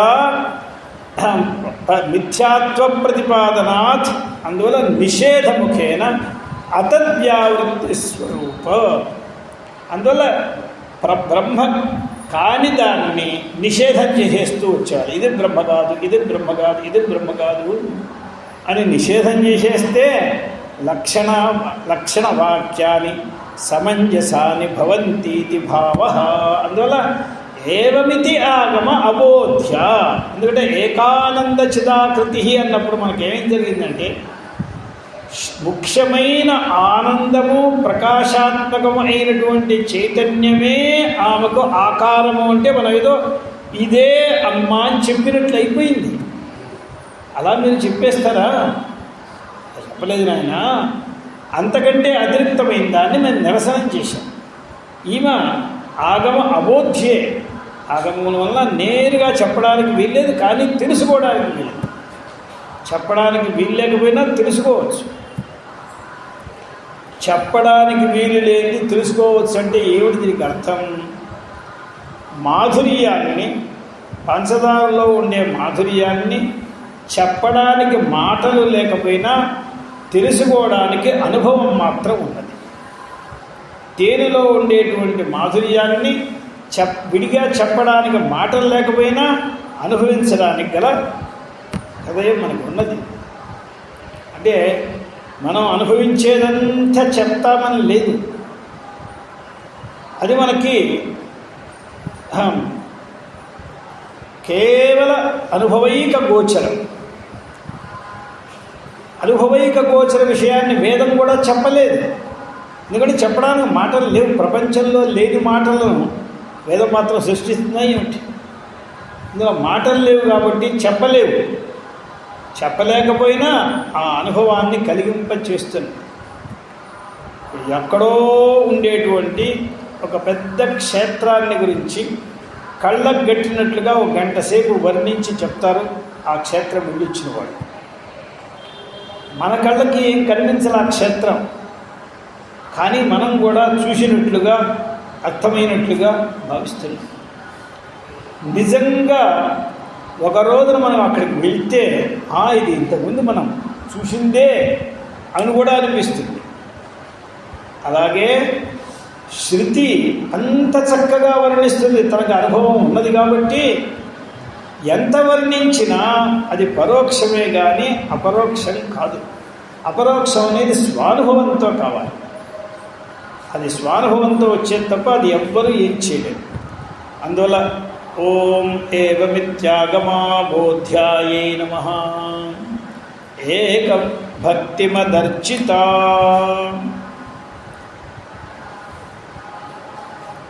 ఏక భక్తిమదర్చిత, భక్తిమంతుల చేత అర్చింపబడినది అమ్మ. ఏకభక్తి, భగవద్గీతల్లో ఏకభక్తిర్ విశిష్యతే అన్నాడు కదండి. ఏకభక్తిర్ విశిష్యతే అంటే అర్థం, నాకు కొంతమంది పొద్దున్నే లేవంగానే ఏం చేస్తారంటే స్నానం చేసి జపాలకు కూర్చొని కొద్దిసేపు రామమంత్రం, కొద్దిసేపు కృష్ణమంత్రం, కొద్దిసేపు నృసింహమంత్రం, కొద్దిసేపు గణపతి మంత్రం. ఏమిటంటే నాకు చాలామంది గురువుల దగ్గర నుంచి చాలా మంత్రాలు వచ్చినాయండి, మరి ఏ మంత్రాన్ని వదులుతాను, ఏ మంత్రాన్ని చేస్తాను. ఒక గురువు గారి దగ్గర శిష్యుడు పొద్దున్న నుంచి ఆరంభించి ఒక 100 మంత్రాలు ఒక్కొక్క మాల మాల మాల మాల చేస్తున్నాడు. గురువు గారు ఏం చేయడు, వీడికి మనం ఇప్పుడు ఏమన్నా చెప్తే ఇది వీడికి అర్థం కాదు అని, వీడికి అర్థం కావాలని ఆయన ఏం చేశాడు, అక్కడ ఖాళీ స్థలం ఉంది, మంచి స్థలము, ఓ బిందె నీళ్ళు తీయండి, అక్కడ చక్కగా పోసి ముందర ఇంట్లో ఉన్న ధనియాలన్నీ అక్కడ వేసాడు. సరే వీడు అనుకుంటున్నాడు ఇంకేదో కొత్తిమీర కావాలి వాళ్ళు, అందులో ధనియాలు వేస్తున్నాడు. ఒక 5 నిమిషాల తర్వాత మళ్ళీ ఆ మట్టినంతా ఇటు ఇటు చింపేసి ఆ మట్టిలోంచి ధనియాలని తీసేసి మళ్ళీ ఆవాలు వేసాడు. మళ్ళీ ఆవాలు తీసి పారేసి మళ్ళీ మెంతులు వేసాడు. ఏమిటండి మీరు ఏం చేస్తున్నారని, అయినా నువ్వేం చేస్తున్నావో అదే నేను కూడా చేస్తున్నాను. నేనేం చేశానండి, నువ్వేదో కాసేపు రాముని చేసావు, కాసేపు కృష్ణుని చేసావు, కాసేపు అమ్మవారిని చేసి, ఏమిటిది ఇలా చేస్తే ఎవరైనా నీకు పలుకుతారా ఏమిటి? ఎవరినో ఒకరిని పలికేంత వరకు చేయాలి. ఒక చోట భూమిలో వేశామంటే దానికే ఒక కాలం ఉంటుంది, అన్నీ సమకాలంలో వస్తే నియమం లేదు. కొన్ని 10 రోజుల్లోనే మన చేతికి వచ్చేవి, కొన్ని నెల రోజుల్లో వచ్చేవి. ధనియాలే రావాలి అంటే చాలా కాలం వెయిట్ చేయాలి. కేవలం ధనియాల ఆకులు రావాలి అంటే దానికి ఎక్కువ కాలం అక్కర్లేదు. అంటే నీ లక్ష్యం ఏమిటో చూసుకోవాలి. ధనియాల పంట పండించే వాళ్ళు ఉంటారు, ఆకుల్ని పంట పండించే వాళ్ళు ఉంటారు. అందరూ ధనియాల పంట కోసమే చూడరు. కానీ వాడికి ఏదో లక్ష్యం ఉంటుంది కదా, ఆ లక్ష్యాన్ని అనుసరించి వాడు ఆ కాలాన్ని ప్రతీక్ష చేయాలి. ప్రతీక్ష చేయకుండా ఇదే చోట్లో నేను ధనియాలు వేస్తాను, మిరియాలు వేస్తాను, శొంఠి వేస్తాను, అన్నీ వేస్తానంటే ఎలా కుదురుతుంది? అది ఏమన్నా అవుతుందా? అందువల్ల నీవు సర్వాత్మకంగా భావించి నీవు ఒకదాన్ని పూర్తిగా చేసుకో. దీన్ని ఏకభక్తి అంట. ఏకభక్తి అనే దానికి అర్థము మిగతా వాళ్ళందరినీ విడిచేయడం కాదు, వాళ్ళందరూ ఈయనలోనే కలిసి ఉన్నారు. ఈయన కంటే విడివాళ్ళు కాదు వాళ్ళు, ఈయనలోనే అందరూ ఉన్నారు. మనకి కృష్ణుడి విశ్వరూపంలో మొత్తం దేవతలందరూ ఉన్నారు కదా, అలాగే రాముడికి కూడా విశ్వరూపం చూపిస్తే దాంట్లో ఈ కృష్ణుడు కూడా ఉంటాడు. అలాగే శివుడికి విశ్వరూపం చూపిస్తే దాంట్లో ఈ రామకృష్ణుడు ఇద్దరు ఉంటారు. అలాగే దేవి విశ్వరూపం చూపిస్తే ఈ ముగ్గురు ఉంటారు దాంట్లో. అంటే లేనిది ఎక్కడ, వీళ్ళందరూ సర్వాత్మకులే. దాన్ని ఏకభక్తి అంటే సమస్తము ఏకం చేసుకుని భక్తి చేయాలి. ఆ ఏకభక్తి విశేషం. అంతేగాని ఈయన బాగున్నాడు, ఆయన పర్వాలేదు కొంచెం బెటర్, కానీ అంత ఇదేమిటి అలా కాకుండా సర్వాత్మకుడు ఈయనని భావించు. ఈయన కృష్ణుడి కంటే భిన్నమైన వాడు అని భావిస్తే సర్వాత్మకుడు ఎక్కడొచ్చాడు? సర్వాత్మకుడిని భావించాలంటే ఈయనలో లేని శక్తి లేదు, ఈయనలో లేని స్వరూపం లేదు, సమస్తము ఈయన. దానిని ఏకభక్తి అంటారు. ఏకభక్తి అనే శబ్దానికి అర్థం రాస్తున్నారు ఆయన. ఏకస్మిన్ అభేదే జీవ బ్రహ్మణో. ఏకస్మిన్ భక్తి అంటే ఒకే వస్తువు యందు భక్తి ఉన్నట్లయితే దానికి ఏకభక్తి అని పేరు. ఒకే వస్తువు యందు అంటే అర్థమేమిటి? అభేదే జీవ బ్రహ్మణో. జీవబ్రహ్మలు విడిగా లేరు. ఆ బ్రహ్మ అనేది సర్వవ్యాపకము, సర్వాత్మకము అయినటువంటిది. సర్వాత్మక సర్వవ్యాపకమైన బ్రహ్మే జీవుడు అనే భేదం తెలిసినటువంటి ఏ ఈశ్వరుడు ఉన్నాడు అంటే ప్రత్యేక అభిన్న బ్రహ్మ ఎవరైతే ఉన్నారో ఆయన యందు భక్తి. మనం తమేవ శరణం గచ్చా అని చెప్పుకుందాం. అంటే ఎవరిని? ఒంటరిగా జీవుణ్ణి కాదు. ఒంటరిగా జీవుణ్ణి పెట్టుకుంటే ఎక్కడ పోతావు? కుక్కతొక్క పెట్టుకుని ఎందరు కాబోతావు? ఇది ఒంటరిగా జీవుణ్ణి కాదు, బ్రహ్మాభిన్నమైన జీవుణ్ణి. ఈ బ్రహ్మగారు సర్వాత్మకుడు, సమస్త స్వరూపుడు. ఆయన కంటే భిన్నమైన వాడు కాదు జీవుడు. ఆయన్ని శరణపడు, ఆయన యందు భక్తి చెయ్యి. అందువలన ఏకస్మిన్ అంటే జీవబ్రహ్మణో అభేదే. ఆ అభిన్నమైనటువంటి జీవబ్రహ్మణ స్వరూపమైన ఒకే ఒక పరమాత్మ యందు, అద్వితీయమైన పరమాత్మ యందు భక్తి. భక్తి అనే శబ్దానికి అర్థం చేతులు జోడించడం, తల వంచడం, ఏదో భజనలు చేయడం, నృత్యం చేయడం, ఇది అర్థం కాదు. ఏమని రాశారు? భజనీయత్వ బుద్ధి అంటే ఈయన ఒక్కడే మనకు పరమగతి అనేటువంటి బుద్ధి, దానికి భక్తి అని పేరు. ఈయన కంటే మరొకడు ప్రపంచంలో ఎవడు లేనే లేడు అనేటువంటి బుద్ధికే భక్తి అని పేరు. భక్తి అనే శబ్దానికి ఆచార్యులు రాసిన అర్థం భక్తి. భజనీయత్వ బుద్ధి తత్పరిజిజ్ఞాసా ఏయం అస్తి అంటే ఏకభక్తిమత్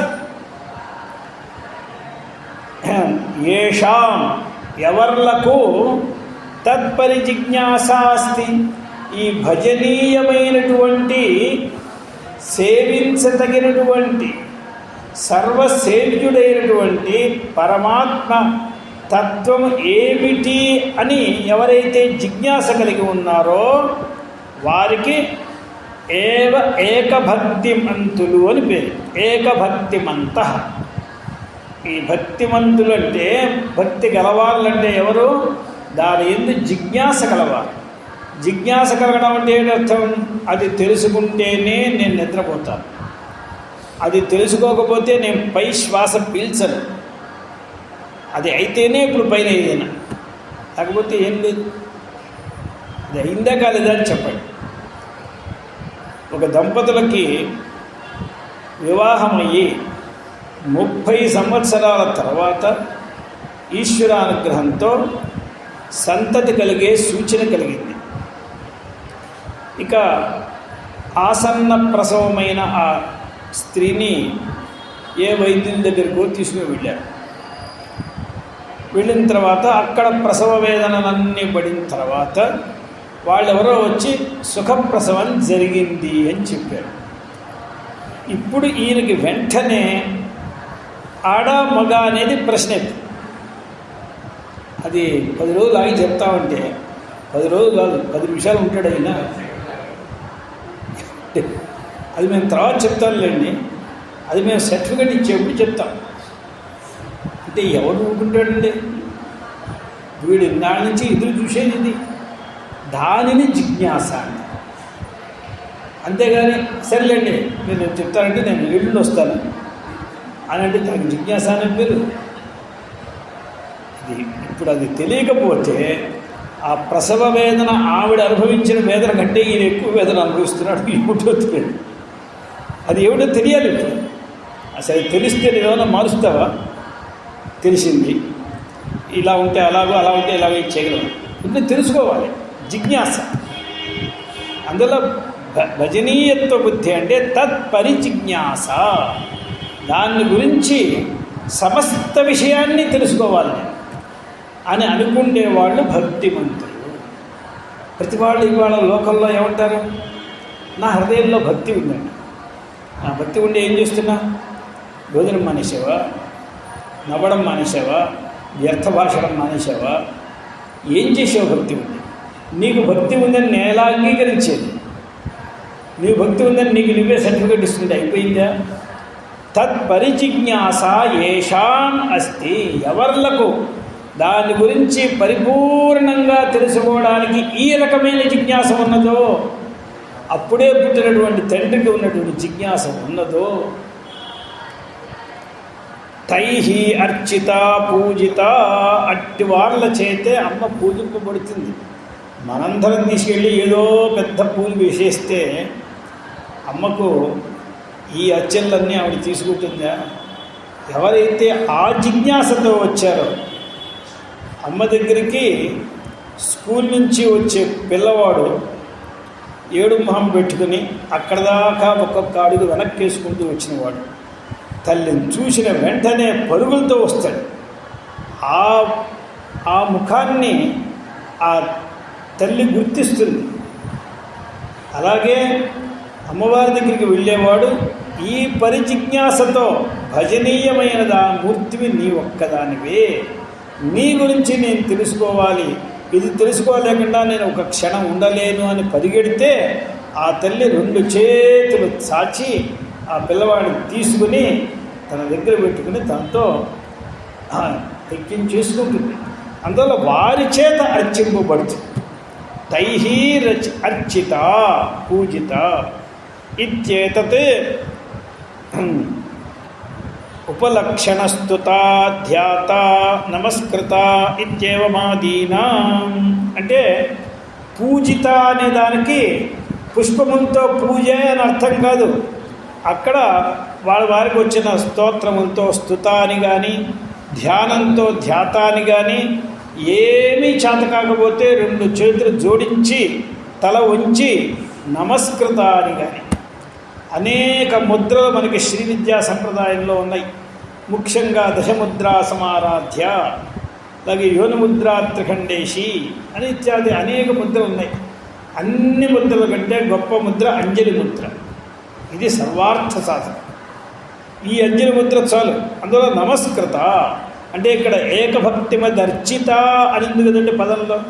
ఈ అర్చిత అనేదానికి కేవలం అర్చనమనే అర్థం కాదు, దీన్ని ఉపలక్షణం అని అంటారు. ఉపలక్షణం, ఉపలక్షణం అంటే ఏంటి అర్థము?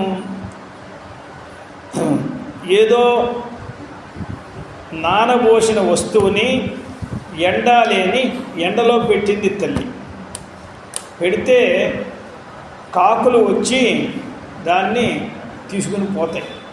అందువల్ల పిల్లవాడిని అక్కడ కూర్చోబెట్టి ఒక కర్ర పెట్టి, రే కాకుల నుంచి చూసుకోరా, ఇంతలో ఒక్కొక్క వచ్చి తింటుంది. వాడు చూస్తూనే ఉన్నాడు. ఏమిట్రా అంటే కాకి రాదు కదా, కాకి వస్తే కదా చూడలేదు. ఇంతలో ఇంకో ఏదో పిల్లి వచ్చింది తీసుకుంటుంది. కానీ ఈ అమ్మకు తాత్పర్యం ఏమిటంటే ఈ వస్తువును నాశనం చేసే వాళ్ళ దగ్గర నుంచి కాపాడు. కేవలం కాకి నుంచి కాపాడడం కాదు, కానీ అన్నమాట కాకుల దగ్గర నుంచి చూసుకోవాలన్నది. అక్కడ కాకి అనే శబ్దానికి అర్థం ఏంటంటే ఈ వస్తువును నాశనం చేసేవారు. ఇది కాకసిద్ధార్థం, లోకంలో చెప్పిన అర్థం కాదు. దీన్ని ఉపలక్షణం అని అంటారు. అలాగే ఇక్కడ ఉపలక్షణం ఏమిటి? అర్చిత అనేది ఉపలక్షణం. అర్చిత అంటే అర్చన మాత్రం కాదు. అర్చిత అంటే స్తవనం కానీ, అర్చనం కానీ, ధ్యానం కానీ, నమస్కారం కానీ, ఇంకా ఏదైనా కానీ ఇవన్నీ దాంట్లో తర్పణం కూడా ఒకటి ఉంటుంది. ఇవన్నీ కూడా ఏకభక్తిమదర్చిత, ఏకభక్తి కలిగి ఉన్న వాళ్ళ దగ్గర నుంచే తీసుకుంటున్నామా. అందువల్ల ఇది ఉపలక్షిత. ఉపలక్షణ స్తుత ధ్యాత నమస్కృత ఇత్యేవాదీనా యన్మనసా ధ్యాయతి తద్వాచా వదతి తత్కర్మణ కరోతి శృతే. దీంట్లో కారణం ఏంటంటే మనస్సుతో చేస్తే ధ్యానం అని పేరు, వాక్కుతో చేస్తే స్తుతి అని పేరు, చేతులతో చేస్తే అర్చన అని పేరు. అంతే కదండి. దీన్నే చెప్తున్నది. యన్ మనసాధ్యాయతి, మనస్సులో ఏ అమ్మని మనం ఏ రీతిగా ధ్యానం చేస్తామో అదే రీతిగా వాక్కుతో పలుకుతాము. అటువంటి అమ్మనే మనం తర్పణం చేసినా, పూజ చేసినా, అర్చనం చేసినా, వందనం చేసినా, ఏది చేసినా అలాగే చేస్తాం. తత్కర్మణా కరోతి. మానసిక వ్యాపార పూర్వకాని ఇతరేంద్రియ కర్మాణి భవంతి ఇత్యభిప్రాయ.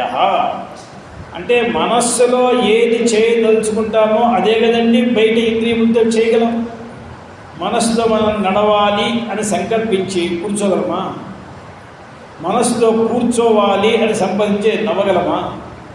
మనస్సుతో ఏది సంకల్పిస్తామో దానినే చేయగలుగుతాం. మనస్సుతో సంకల్పించిన దాన్ని చేయలేము. అందువల్ల సమస్తము మానసికమై ఉన్నది. అందువల్ల మానసికంగా ఈమె అర్చిత, స్తుత, ధ్యాత, నమస్కృత. అందువల్ల ఇంద్రియ కర్మలన్నీ కూడా మనస్సు. ఇదే విషయాన్ని శ్రీమద్భాగవతంలో 10వ స్కంధంలో రాసలీల కోసం వచ్చినటువంటి గోపమ్మలందరినీ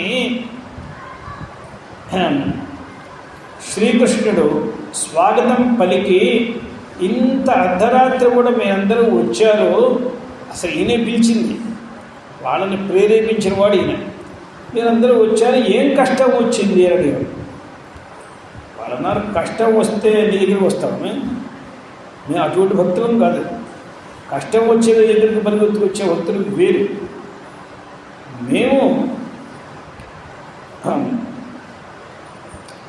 ఎల్లప్పుడూ నీతో ఉండేవాళ్ళం. మేము నీతో ఎప్పుడు కావు. సరే ఆయన ఈ మాటలన్నీ సరే, ఇంతవరకు నాకేదో ఒక మంచి పేరుంది ఈ ఊళ్ళో. మీరు అర్ధరాత్రి కూడా ఇంతమంది ఏకాంతంగా నా చుట్టూ కూర్చుంటే రేపు నా పేరేమిపో. రేపు నేను బయటికి వెళ్తే తరకాయ ఎత్తుంటారు కదా, అందులో మీరందరూ వెళ్ళిపోండి అర్జెంట్. ఇక్కడి నుంచి మీరు వెళ్ళిపోండి. వీళ్ళు చూశారు. అక్కడి నుంచి ఈయన పెద్దగా చెప్పాడు, పెద్ద వరదలు ఎలా ఉండాలి. ఓహో, నువ్వు ఈ ధమ్మపన్నాన్ని ఈ మధ్య నేర్చుకున్నావా, నువ్వు ఎప్పటి నుంచి నేర్చుకున్నావు అనుకుని వాళ్ళన్నారు, నువ్వు మాట్లాడడం నేర్చుకోవాలరా, మా దగ్గర వచ్చిన వాళ్ళతో ఎలా మాట్లాడాలి ఏదైనా పెద్ద శిక్ష ఆరంభించి దాంట్లో ఒక మాట ఏం చెప్తారంటే, నీవు చాలా గట్టిగుడివి, మనస్సును నువ్వు దొంగిలించి పెట్టుకున్నావు, ఇప్పుడు నువ్వు వెళ్ళు అంటున్నావు. యా మక్కథం వ్రజమథో కరవామ కింవా, నేను ఎలా వెళ్తావు ఇక్కడి నుంచి? ఎప్పుడైతే నువ్వు మనస్సుని దొంగిలించావో, మనస్సు లేకుండా ఖాళీ ఏం చేస్తావు? మనస్సు లేని వాడికి, ఒక పిచ్చివాడికి, వాడి ఒకే రకంగా పని చేయగలడు. వాడు ఏం చేస్తున్నాడో వాడికి లేదు. కూర్చుంటాడు, నిల్చుంటాడు, ఏదో చేస్తున్నాడు, ఏం కావాలంటే వాడికే తెలియదు. అలాగే మనస్సుని నీ చేతిలో పెట్టుకున్న తర్వాత నేను ఎలా వెళ్తాను? కాళ్ళు ఎలా కదులుతాయి? ఒకవేళ అలవాటు చొప్పున నిద్రలో కొంతమంది నడిచినట్లుగా అలవాటు చొప్పున వెళ్తే అక్కడికి వెళ్ళి ఏం చేస్తాం? ఏ పాయసమో చేయమంటుంది అత్తగారు, దాంట్లో ఇంత ఉప్పు వేసేయడం, ఏ పప్పు చేయమంటుంది ఇంత పంచదార పోసేయడం, ఇవన్నీ అక్కడ సర్వనాశనం చేయడానికంటే నీ దగ్గర కూడా ఉంటే మంచిది. యామ కథం వ్రజమథో కరవామ కింవ. ఇందులో మనస్సు లేని వాళ్ళకి ఏ ఇంద్రియ ప్రవృత్తులు ఉండవు. అందువల్ల మనస్సు ఎప్పుడైతే నీవు గ్రహించి పెట్టుకున్నావో దాన్నే రాశారు, మానసిక వ్యాపార పూర్వకాని ఇతరేంద్రియ కర్మాణి భవంతి అని ఒక అర్థాన్ని చెప్పేసి ఏకభక్తి ప్రదర్శితానికి మరొక అర్థాన్ని చెప్పడం ఆరంభించారు. మరొక అర్థం, అథవా అస్మిన్ సంసార మండలే తత్స్వరూప పరిజ్ఞాతారః ఏకేచన. ఈ మొత్తం సంసార మండలంలో చతుర్దశ భవనాల్లో అనంతకోటి బ్రహ్మాండాల్లో ఎవరైతే ఏ కొద్ది మందో ఆ అమ్మవారి స్వరూపాన్ని బాగా తెలుసుకున్న వాళ్ళు ఉన్నారో తేషాం భజనీయత్వాత్యవసాయ భక్తి. భక్తి అనే దానికి మరొక అర్థం, ఈమె భజించదగినది అని ఆమె స్వరూపాన్ని తెలుసుకుని వాళ్ళు మాట్లాడుతున్నారు.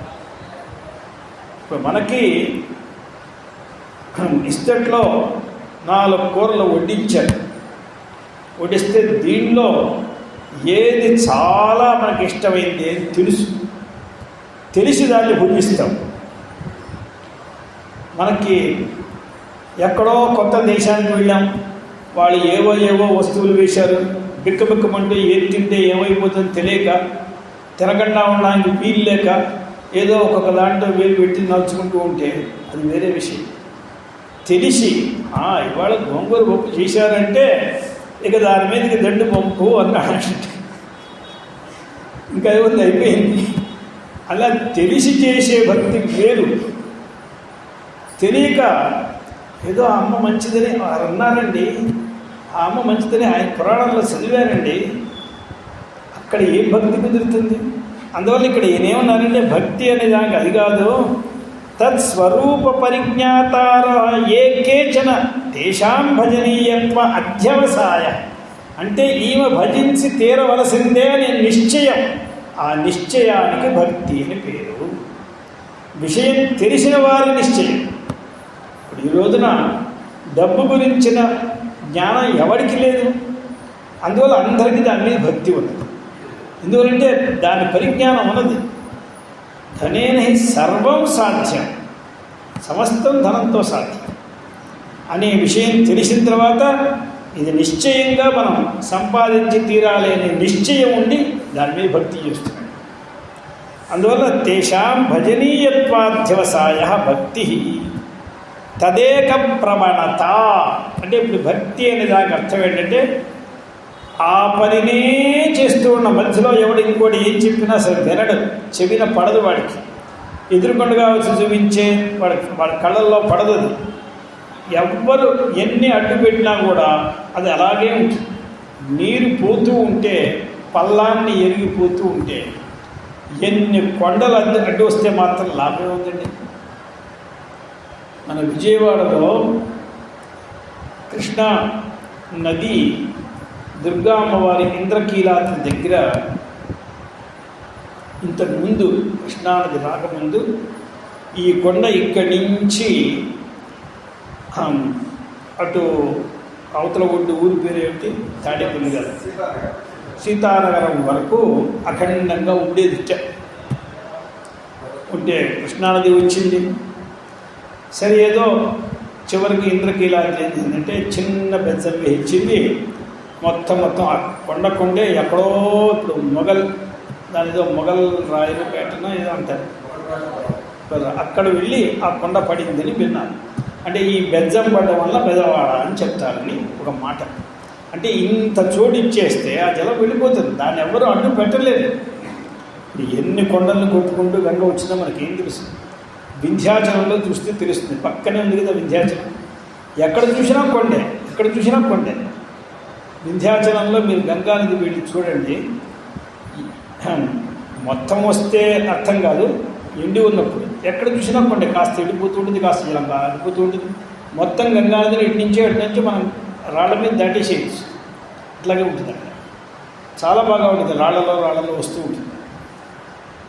ఇలా చాలా చోట్ల ఉన్నాయి. ఇక్కడి నుంచి గ్రామాలు మేము ఒకసారి ప్రయాగరాజం నుంచి గంగ ఒడ్డునే ఒక సమయం దొరికినప్పుడు అలా నడుచుకుంటూ వచ్చాం. వస్తే సుందరమైనటువంటి గంగానది యాత్ర, అన్ని గ్రామాలు, బ్రాహ్మణ గ్రామాలు, అన్ని చోట్ల అన్ని కాశీలాగానే ఉంటాయి. ఏ ఊళ్ళో వాళ్ళు ఆ ఊళ్ళో చెప్పులు తీసుకుని వెళ్ళాలి తీసుకుని ఎక్కడ వాళ్ళు అక్కడ పొద్దున్నే అన్ని లింగాలకి నీళ్లు పోస్తూ, కాశీకి దానికి ఏం తేడా లేదు. ఇక్కడి నుంచి అన్ని ఊళ్ళలో అలాగే. దీని పైన కూడా మనకి పాట్నా దాకా అలాగే ఉంది. పాట్నా దగ్గర నుంచి వైద్యనాథ్ దగ్గర కొంచెం దూరం అవుతుంది, అక్కడ దాకా ఇలాగే ఉంది. ఒకే సంస్కృతి. హరిద్వారం దగ్గర నుంచి ఇలా వస్తూ ఉంటే గంగ ఒడ్డంతా ఇలాగే ఉంటుంది. తత్ప్రవణత అనే దానికి ఎన్ని అడ్డు పెట్టినా అది అడ్డు పోతూనే ఉంటుంది. నీరు పల్లానికి పోతూనే ఉంటుంది, ఎన్ని అడ్డు పెట్టినా ఆగదు అది. అలాగే తత్ప్రవణత, భక్తి అనే దానికి తత్ప్రవణత అంటే ఆ అమ్మ మీదే మనస్సు పోతూ ఉంటుంది. సగుణ బ్రహ్మ విషయ అష్టవిధ తైరేక భక్తిమద్భి అర్చిత అంతర్యాగాది అంతర్యాగ బహిర్యాగ మహాయాగ ప్రకారై పూజిత ఇత్యర్థ. అందువల్ల తత్ప్రవణత, తదేక ప్రవణత, ఇది సగుణ బ్రహ్మ విషయంగా చూసుకున్నట్లయితే అష్టవిధంగా ఉంటుంది. ఏమిటి అష్టవిధం? శ్రవణం, కీర్తనం, విష్ణు స్మరణం, పాదసేవనం, వందనం, దాస్యం, ఇవి ఆత్మనివేదనం అనేది మాత్రం ఒకటి ఉంది. అక్కడ నవవిధ భక్తిని చెప్పాడు. ఈయన ఏం చేయాలంటే 8 విడిగా చేసి ఆత్మనివేదనాన్ని విడిగా చెప్పాడు. అదేమిటి? ఏకభక్తి మధ్య అర్చిత అంటే అంతర్యాగం అనేది ఒకటి, బహిర్యాగం అనేది ఒకటి, మహాయాగం అనేది ఒకటి.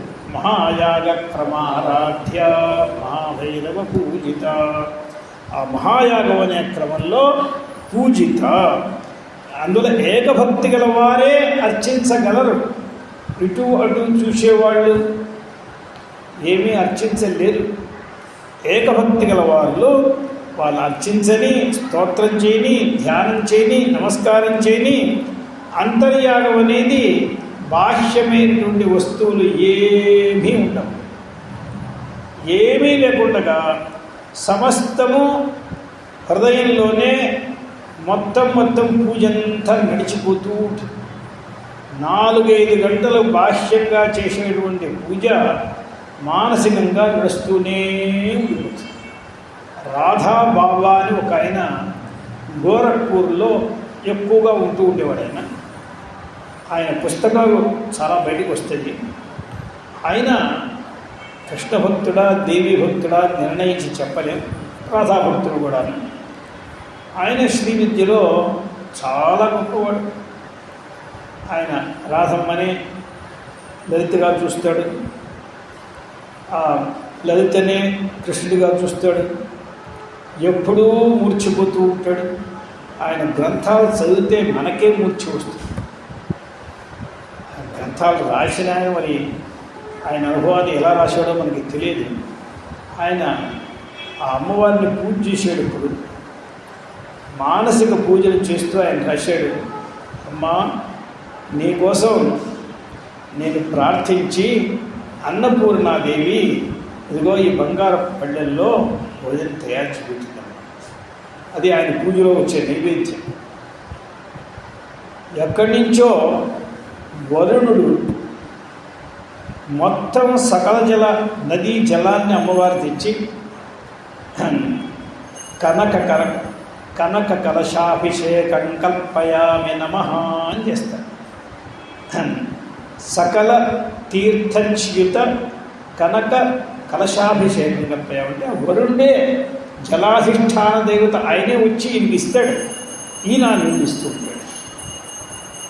ఈ రకంగా ఆయన చేసే పూజలో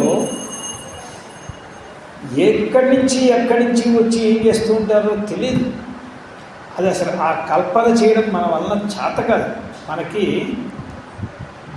దరిద్రంలో ఉంటే ధనం లేకపోవడం వల్ల దరిద్రం కాదు, భావం లేదు.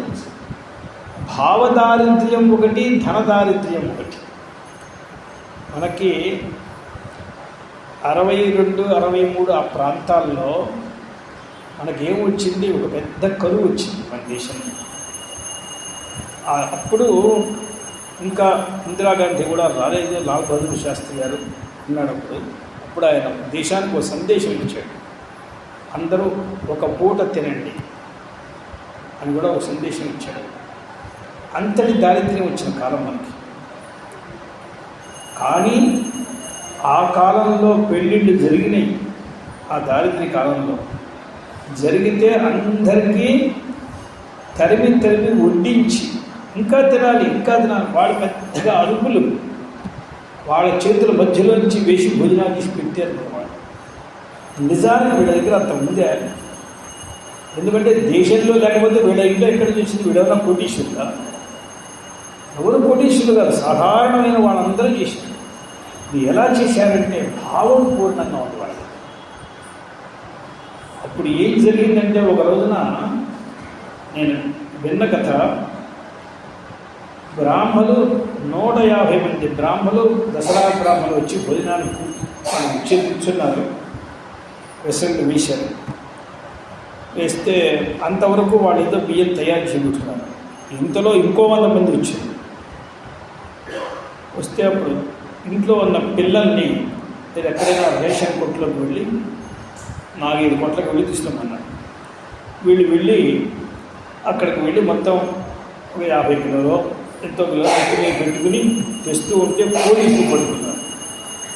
అంటే వీళ్ళేమన్నా నోయా నీ మాట గురించి మీ స్టేషన్కి వస్తాము, ఈ బియ్యాన్ని అక్కడికి చేర్చు, ఎక్కడ బ్రాహ్మణులు భోజనం చేస్తున్నారో అక్కడికి చేర్చు, మేము వస్తాం.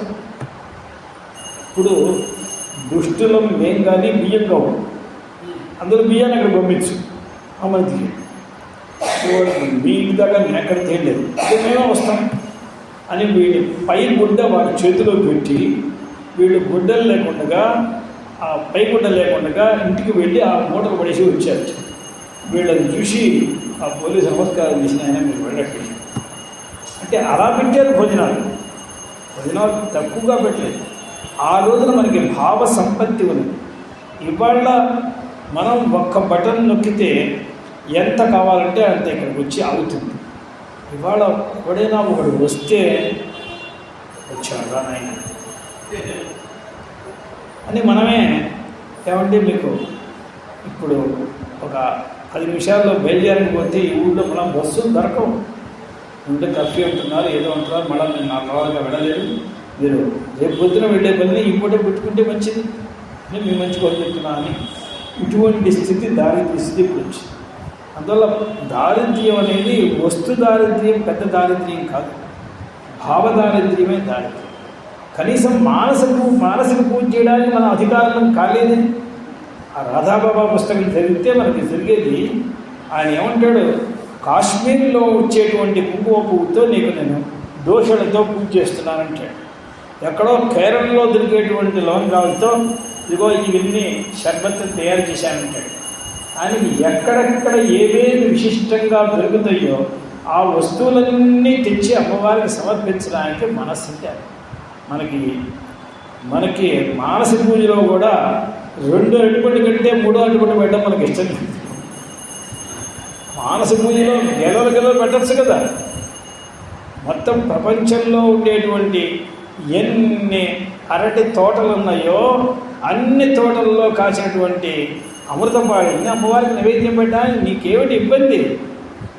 ఆ భావమే ఇన్ని ఇచ్చేస్తే రేపేవుతుంది నీకు. అంటే ఇంత భావదారిద్ర్యం ఏకభక్తిమ దర్శిత. అందువల్ల తత్ప్రవణత ఉండాలి. భక్తి అనే దానికి కాశ్యం గురించిన భక్తి చేశాను, ఇప్పుడు భక్తి అయిపోయిందండి, ఇప్పుడు మీరు మాట్లాడాను అంటే అది కాదు భక్తి. తత్ప్రవణత అని ఆచార్యుల వారు భక్తి శబ్దాన్ని మనకి ఎంతో చక్కగా అందించారు. ఇవాళ ఇస్కాన్ వాళ్ళు మరొకళ్ళు భక్తి శబ్దాన్ని దూషణ చేసి ఏదో చెప్తున్నారు. ఆచార్యుల వారు చేసినటువంటి ఈ మాటల్ని మనం రాఘవ శాస్త్రి గారి నోటి నుండి అక్కడ భక్తి అనే దానికి ఏమిటి అని తెలుసుకుంటే మనందరం కూడా ఈ ఆచార్యుల వారి కృప వలన, శాస్త్రి గారి అనుగ్రహం వలన భక్తి మనకి నిశ్చయంగా సిద్ధిస్తుంది. ఓం ఏకభక్తిమదర్చితాయే నమః. నమః పార్వతీపతయే. హర హర మహాదేవ.